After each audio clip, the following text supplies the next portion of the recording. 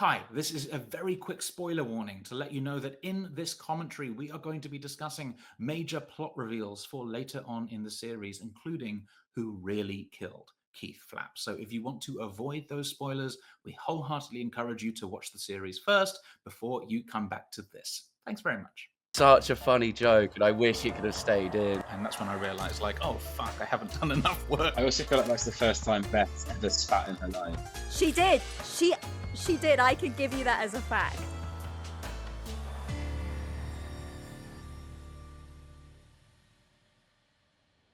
Hello and welcome to the second episode commentary for Murder for Dummies, where of course we are covering episode 2. My name is James Hamilton. I am the writer and creator of the show, and today I am joined by... Hi everybody, I'm David Arrondelle. I play Dickie Rolex on the show, and I was also a co-exec producer and co-developed the show with the rest of Casual Violence.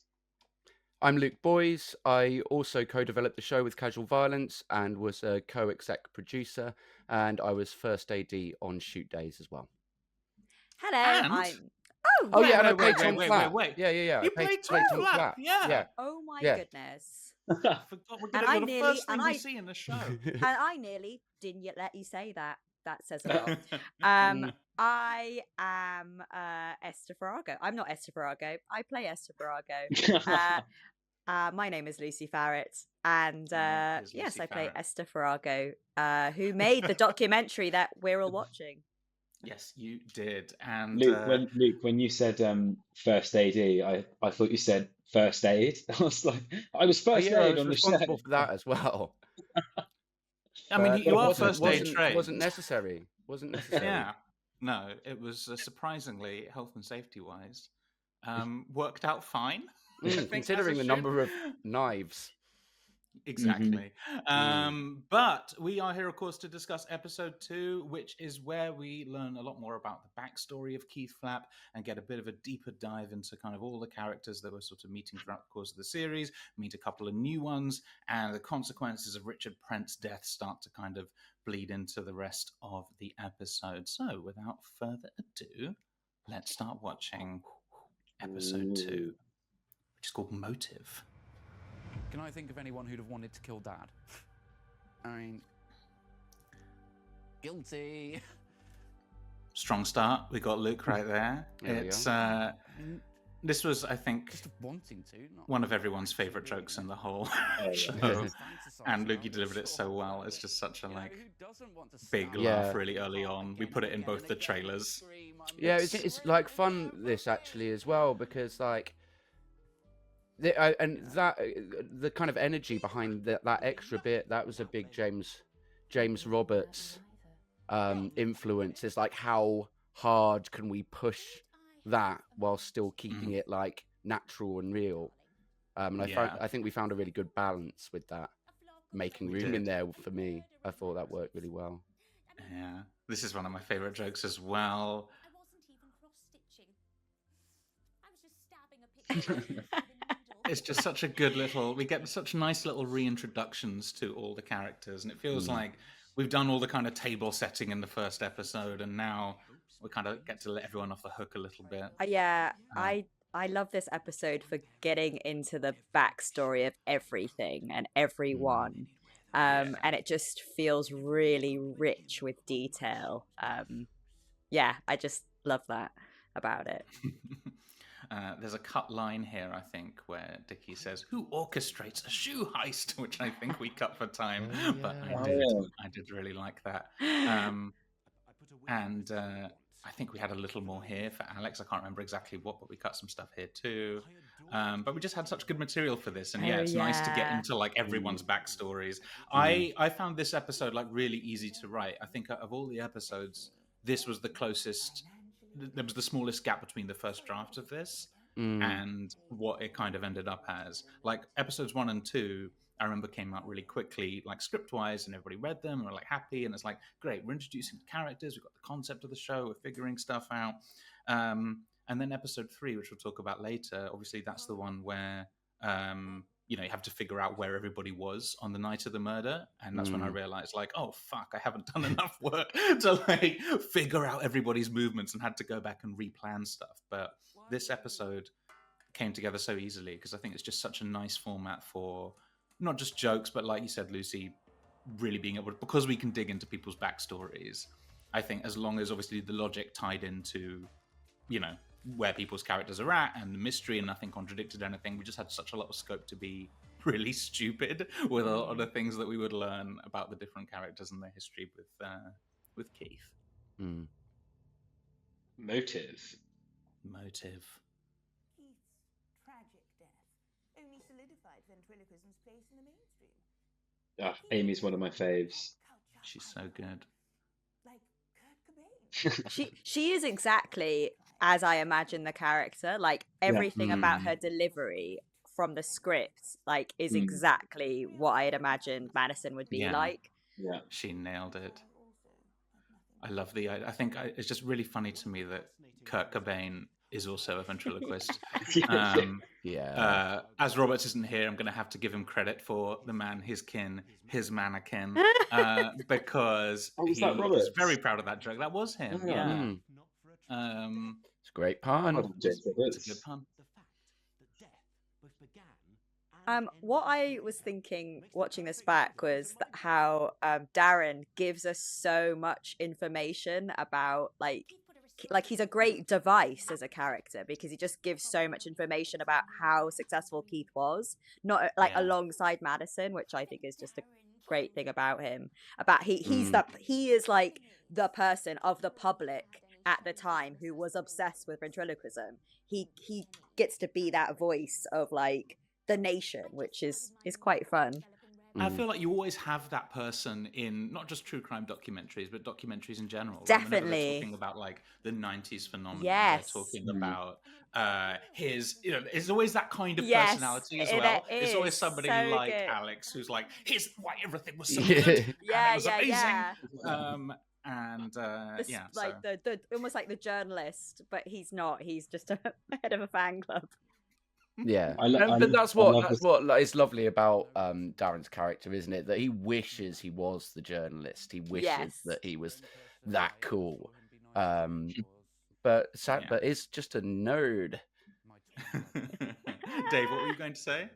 No, I was just going to say I love the smoking gag, mostly because I think it was my idea, but I think it's really good. I think there's. I remember seeing like kind of all the footage of that, and I think Claire like enjoyed that cigarette with the sort of passion of like someone who definitely used to smoke. She did. She did. I could give you that as a fact. Like she was like, "This is totally real right now." Like she enjoyed it. Yeah. And Luke, what's so good about all of this? I mean, actually, before we get into how good you are, I love this joke of Annabelle's. Yeah. Yeah. And the carousels, please. Real horses would never behave like that. That whole section is just so James Hamilton. It's so silly. Thank so you. Silly I for the stand sake by of being it. silly. So Yeah, James great. Hamilton brackets complimentary. Yeah. But it's but what's so nice about this whole section is like, Luke, you're playing everything so sincerely, and people rightly felt very sorry for Tom, because you play all of this like with absolute like kind of grounded emotional conviction, and you can see the hurt of everything, and yet what you're talking about is so incredibly fucking stupid. Yeah. And I think like playing Tom with that sincerity is really great for the just the fact that he is so suspicious at the start, particularly as well. But like also like in a lot of pain, and like that kind of like he's a nice red herring in that respect. Spoilers. Totally. I think you do really. That's okay. We can put a spoiler warning on. I think people do gravitate towards Tom being the killer really early, and I think that is in large part towards because of how you play him. Yeah, just being one of the most grounded people. I mean, maybe the most grounded suspect in the whole thing. Like your mum is absolutely mad, and like it's just like it, but you being so grounded further feeds into the fact that you've just lived with these two absolute nut jobs, Yeah. and you've got your life back together. Actually, you're not Oh, really totally. happy And about like, sitting there talking yeah, I about mean, it. like all of the circumstances are ridiculous, but in a lot of senses, Tom, especially in these early episodes, is the kind of straight character. Yeah. The kind, in a way, like we're looking through Tom's eyes a little bit for these early sections because everything happening around him is so ridiculous. It's like with the bit of like, it's obviously Malloy. He was the one covered in blood whose knife was at the scene, and it's like we're looking through that lens of what a ridiculous world we're in. And I think Tom's, and even in this section where everybody else is talking about all these weird prizes at the coconut shy, and you're the person who's going, it was an odd coconut shy. Like it's just acknowledging the weirdness of what's happening. And then we have Simon Furness here. There are so many good Brilliant, jokes Simon in this Furness. scene. Yeah. There's the one at the end, particularly about the reveal of why we're filming there, first of all. Yeah. And how you've worked that in, I love so much. Yeah, so is this Plank is and our... Octagon's introduction? Yeah, exactly. Sorry, Lucy, go on. No, I was just going to say this is the first time we see them, and the Yes. first time we have that moment of like there's actual murders happening, and it's infiltrating the making of this documentary now, which is just great. Yeah, which wasn't there in the early drafts, but I think Luke and I had a conversation about it. I think after, Luke, you read episode 3, where you were talking about this stuff and saying that we needed something that sort of broke up the sort of kind of disrupted the fact it was kind of talking heads, especially kind of on the page. Yeah. And then just the obvious thing was, well, the police are going to be investigating the murders, and that's where these guys came from. Is that, does Simon have that tattoo, or is that That's Well, that's Shabina. That's Shabina. Love it. Imagine, I would love it. It's just like he's, proper. If you met him, he's like the loveliest guy, like proper like thespian. Like he's taught you, Luke, right before he's your old acting I mean, teacher. Simon's a brilliant acting teacher and an exceptionally good actor and a very, very lovely, sweet man. And then we kind of cast him in this role, and he plays it so well. Oh my god, he does. He's just talked about how he's bought this house and others from running a coconut shy, which I just love so much. And my question is, like, did you write that in before deciding to film in Islington in front of a posh house? Yes. Yes. I think it was. I think That's the original great. idea was like we were going to shoot it somewhere where it was like, if we could find somewhere that felt like almost country club like. Try and shoot somewhere fancy, and there's always this idea that he got rich from the coconut shy. I remember in just to track back to the end of that scene, we cut the bit where Plank and Octagon were walking away, and one of the improv lines that made me laugh the most in the edit was when Kath and Ed were walking away. Ed goes, "Back to the drawing board for a pint,"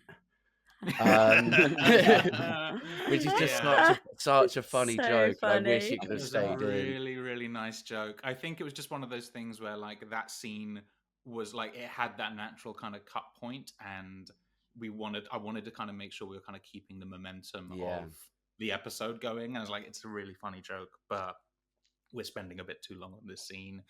Really kind of needed to move on and like make that cut somewhere. And there's a couple of jokes like that where it's like we had a joke we really liked. There were a bunch throughout the series that, to be honest, like a lot of them I would have forgotten about now, but where it was like, that's a really good joke, but it's kind of the momentum does need. It's strange how those kind of very specific lingers can really make a difference, and how actually can make it feel like it's dragging, even if it is a good joke. And just before we move on and continue, I really like just that little moment of where you first get that real sense of Plank and Octagon's dynamic, where it's like, you're the best we got. I literally was about to say that. I love that. And that he is just so sweet, so darling. Like his performance is so lovely. Yeah. And then we have this is maybe my favorite Henry joke. Saint Christian, I believe in God. I prayed someone would kill Keith, and voila. Oh yeah. Another very James Hamilton joke. Yeah. I've been to Italy. You haven't. Why would they speak French in Italy, you dum-dum? It's actually, I think what I like about it is there's a nice moment because Henry is always kind of the superior one in those scenes, but it's a nice moment where he's coming across as the stupid one, which you don't get as much. It undercuts him a little bit. So he can narrate Thomas the Tank Engine. Somebody on Tumblr took that specific line, that Thomas the Tank Engine line, and screenshotted those lines. And I think that's been bringing people to the show. So if you happen to be someone who found the show because of the Thomas the Tank Engine joke, then welcome and thanks. That's cool. amazing. Great. That's brilliant. And the dummy in the other.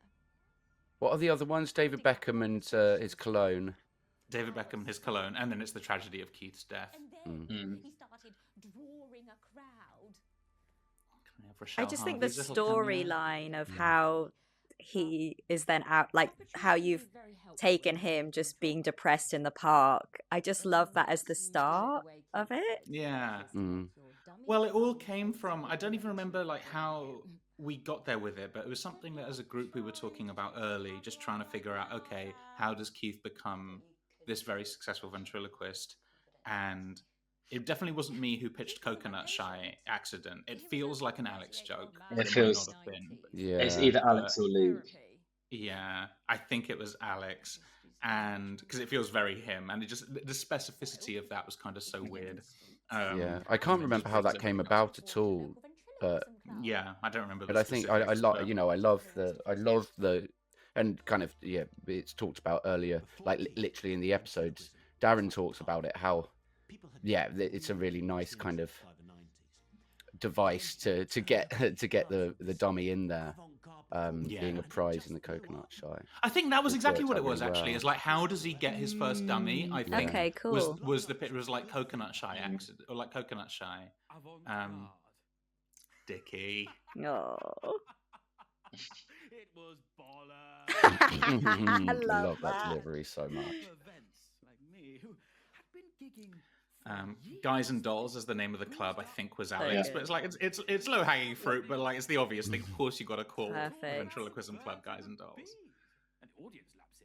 I like that this sort of leads into the archive footage of Sean and Henry. It's so good, that archive footage. Used to have integrity before him. Yeah, and that was the first day of shooting all of this archive. Second, I think. That's me in the foreground. If anyone's wondering, on the left. Was it Malloy the first day, or was this? Malloy was first, and then this was second. Oh, was it? Oh, was it? Okay, yeah. Because we had. But it was this was the early one. This was an early day, so it must have been second. Yeah, okay. Luke, who sat next to you on the right there? Alex. No, Alex wasn't there. I think it's Sam who was doing sound record. Oh, okay. One of the many sound recordists on this project. Yeah. Which always makes me laugh in the credits. Yeah, so many sound guys. That day was wonderful though, because really Sean just stood there with Henry and riffed for ages. Wow. Just while we were getting, he was just there riffing. It was really gorgeous to see. Because, you know, he was in character as Keith, Henry was in character as Henry. He was just kind of doing bits, and like a lot of the bits were really, really funny. I know. Sorry to interrupt, Luke. I know how you found Sean, but how like did he come with the character? Like, did you guys work on it with him? Like, did that come out on that day when he was riffing a bit more with you, Keith Luke? Specifically? Yeah, for Keith. The Keith character. I mean, Sean and I had a rehearsal or two before we shot anything. So we kind of worked on character stuff. I mean, Sean came with like brilliant ideas, and like the character was very much formed there.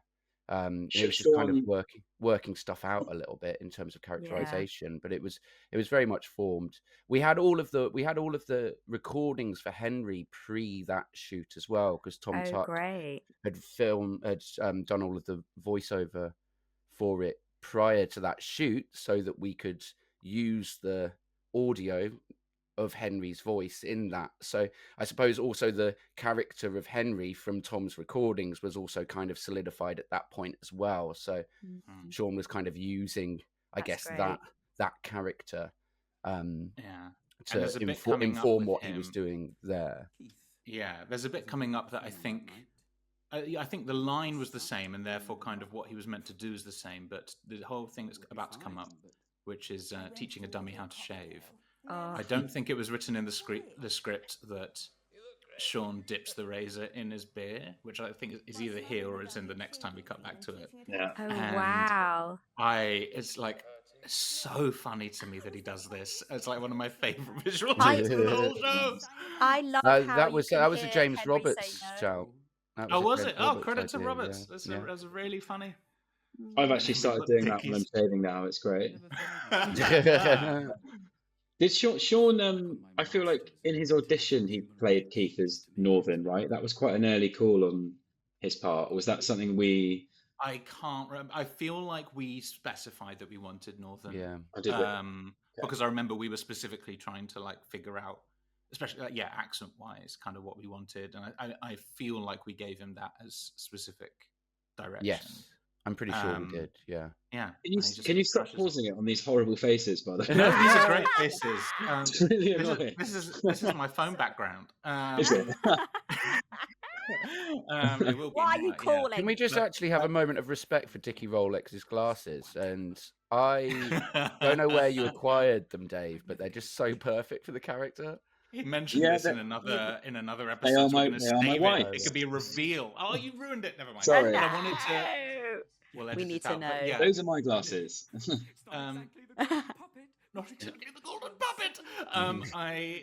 Alex, I know it was Alex who pitched human rights lawyer for Dickie, and again, I was like, I think I knew I wanted structurally for this to be like this. I was like, I want him to have a job that's like a great job that he like his life is fine now. So I think like the overall structure of this was kind of like I had it not mapped out, but figured out in terms of what I wanted. Like he's exactly like this. Everything's worked out great for him, but he's still bitter about the ventriloquism. It's not enough.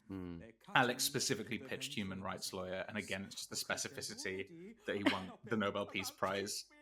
I can't remember. I can't remember what line it is in this bit, but there was a certain line where I couldn't quite get the delivery right, and Luke was obviously there as first AD, and he just gave me like a very simple bit of direction that I got straight away, which was like, imagine it's Greg saying it, and I'm like, oh yeah, I know what you mean.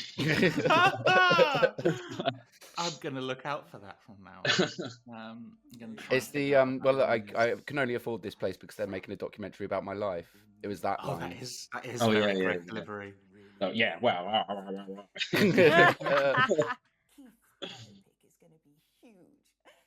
And so yeah, then we are. It is nice that we've kind of got Madison then picking up the mantle and talking through the sort of fame aspect of it all. I got him playing bigger clubs. Then TV appearances. Oh. Big breakfast. Question time. There's a really nice little cameo here from James Roberts' dad, John Roberts. He's not the gorilla. He is David. Oh, I didn't know. That's so cool. Yeah, that's just literally him. But they felt Keith's dynamic with Henry was too pathetic for BBC One. So Keith commissioned a custom-made doll designed for mass market appeal. Fungo. Terrifying. Oh, there he is, the creep. Luke will talk about this in another commentary, but yeah, you're so good as Fungo. You've made those voices so distinct. Thank you. And we recorded these really early. So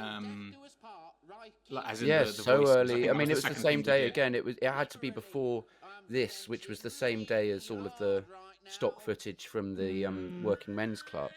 So Tom, Tuck, and I did our recordings of Henry and Fungo prior to that shoot, so that we could use all of that audio and feed that back to Sean off of recordings, so that he could perform off of those.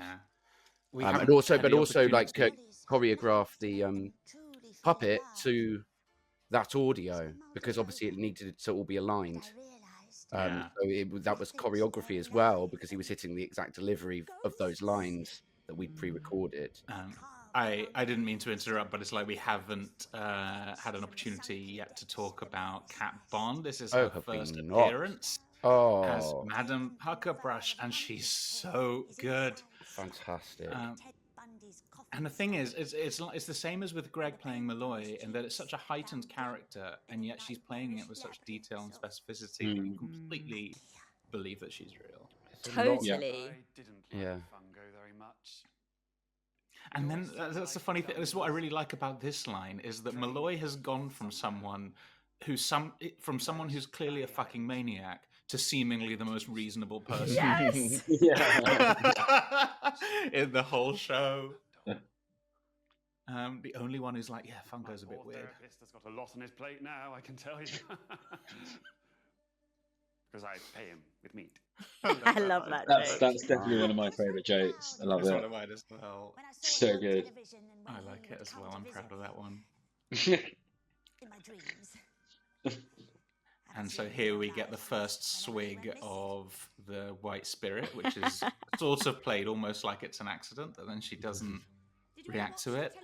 And then we get to the Fungostein. The best. Oh, Yeah, so the person who pulled this together was Aaron Long. He's one of the directors of BoJack Horseman and Tuca and Bertie. Amazing. He's amazing. He's a friend of mine who lives out here in LA. Well, used to be, he's now in Toronto, which is where he's from.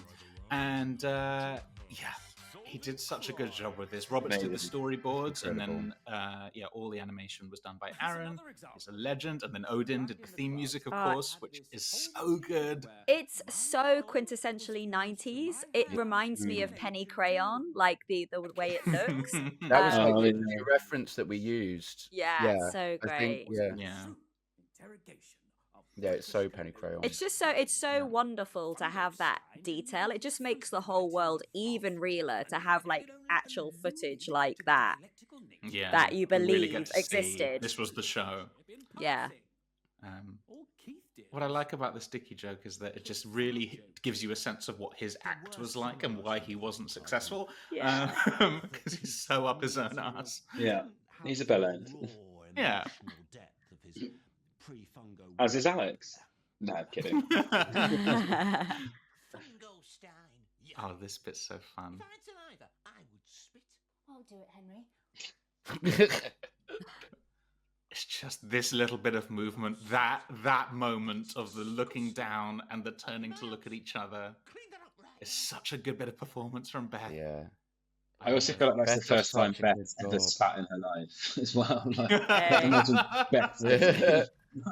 And then Esther, Lucy, you're back. Operating is she? the Yes. for the First time. proper sat in front of the camera moment. Mm. And I practiced every time we went filming this day. I had Henry on my lap practicing these lines because Sean was there helping Beth. So he helped me do these bits. It works. That little head turn when he goes to look at you works really nicely. I feel like, I might be wrong, we're getting into spoiler territory again, but I think that moment was either added or expanded upon quite late, because it's in terms of trying to think about the ending and thinking about, okay, where can we plant the seeds? It's like, this is sort of where we can plant the seeds of where, you know, Esther does not like ventriloquist dummies.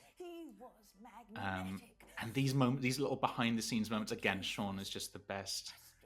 This is just all him. So good. Stop it. It's so funny. Just a lifeless thing. His look is just incredible. Even in just like the photos and the images as well. I just completely believe that he was a famous ventriloquist in the 90s. Like, it's just looks great.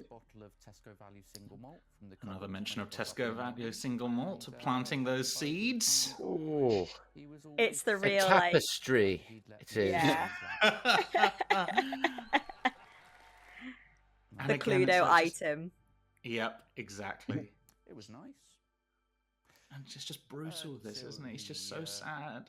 One night tried to do the shaving Henry routine on me and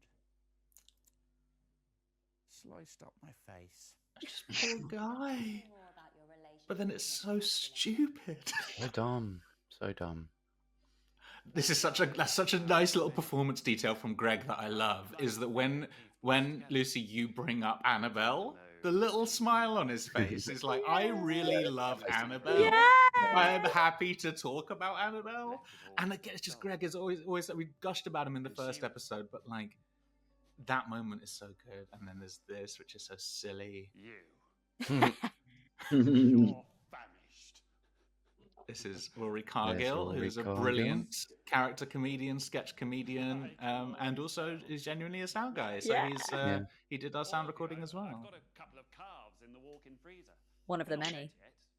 One of the many.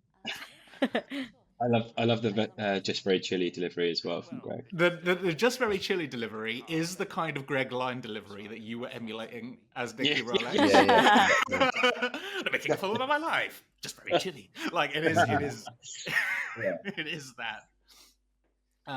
So this was like a wine bar in Islington. Yeah. Right? And Roberts was so good, he literally just went and asked the owners, "Can we shoot here?" Really and nice. they were so accommodating. Yeah, that was great. A humble grape in Islington. A humble grape. Give them your Considering business. you covered their kitchen with raw meat and fake blood.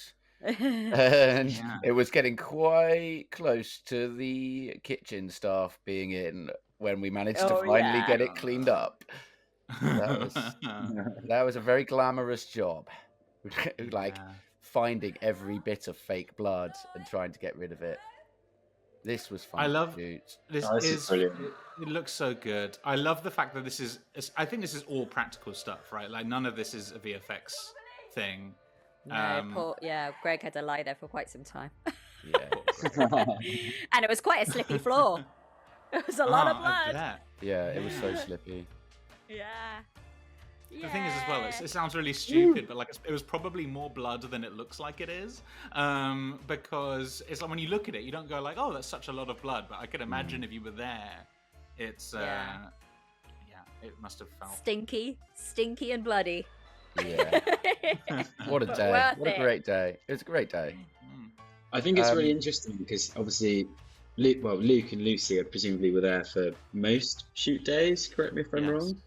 But obviously, some of us would have been there. Like I was there for the day that I did my shoot, and I think I did one or two others. But so I wouldn't have been there for when you shot Greg's stuff, for example. So I remember like when you see like the first few images and footage start coming through, it was really cool just to look through and be like, oh my god, that's incredible. Like you have no idea like how it's actually going to look when you see it, and it's really cool. Post credits, our first post credits joke.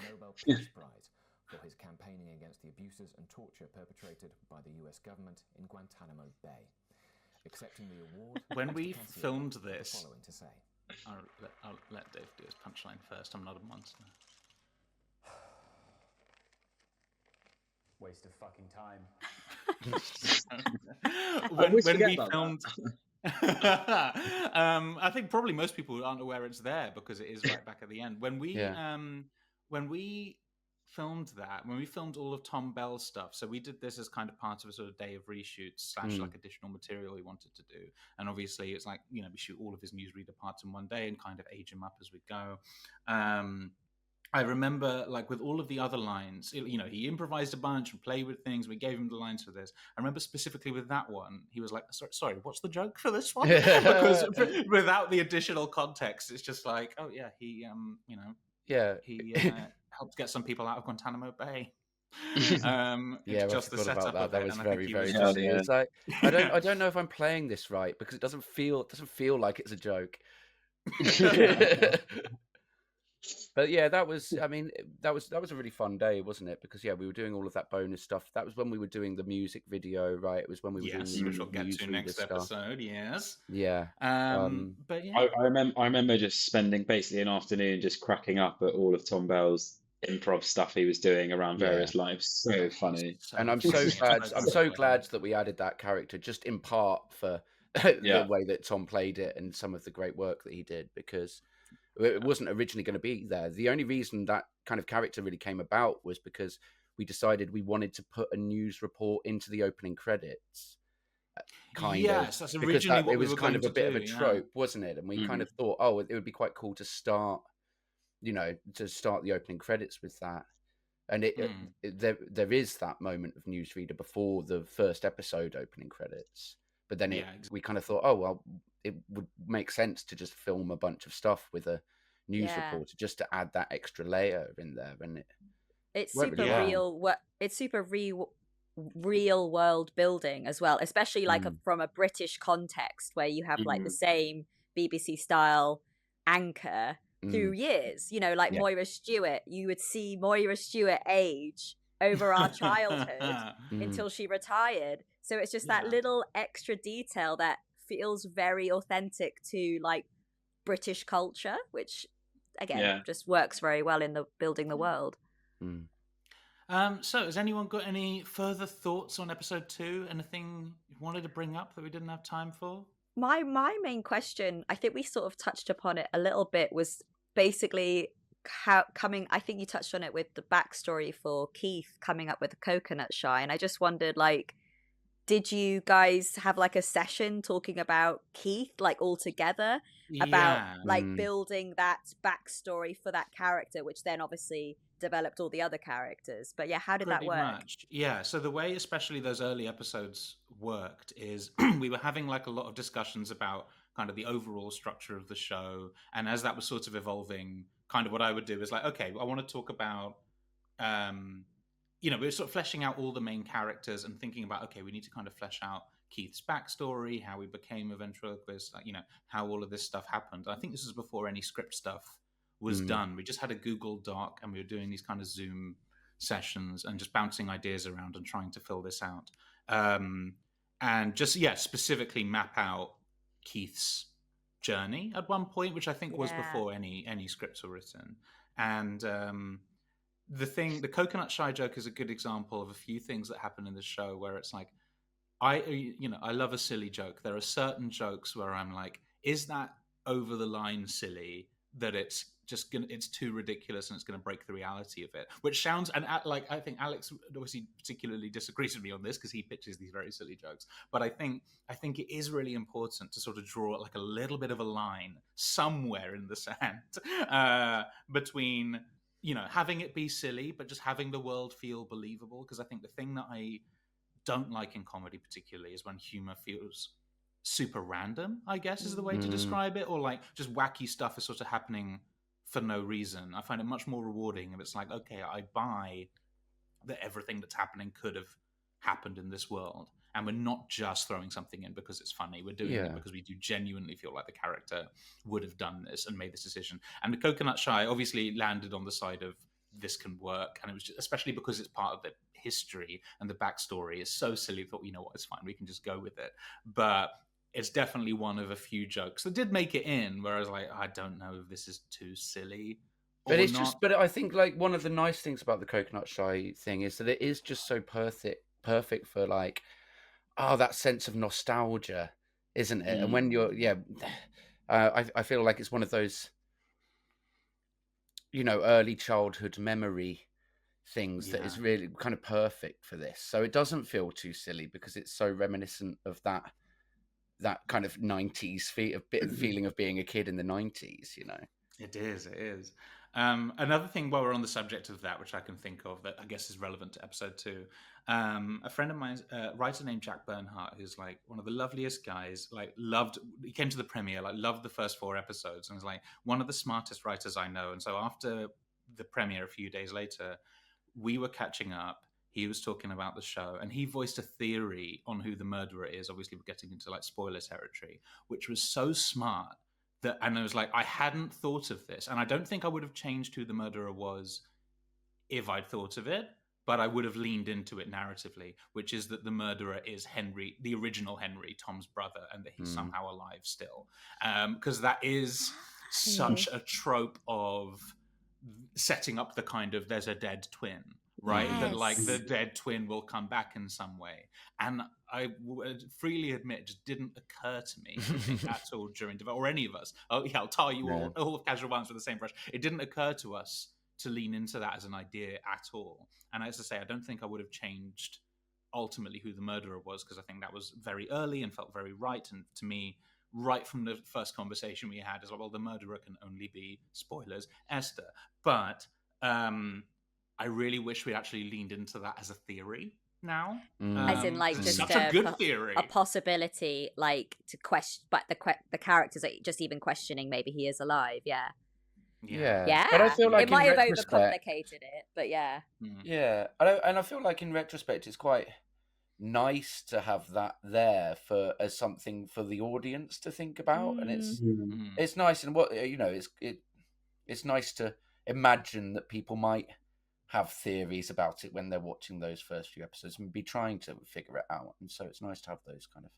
Yeah, I don't think I would have leaned into it like super hard, but even just like teasing the possibility of it a little more as a red herring, as something we could, as part of all the red herrings that are in the show, rather than changing the kind of wider trajectory of the story. Like somebody kind of asking the question, even if it then immediately gets like undercut as a joke. Because I thought that was was an interesting theory. Anyone else got any other episode 2 tidbits, shout outs, reactions?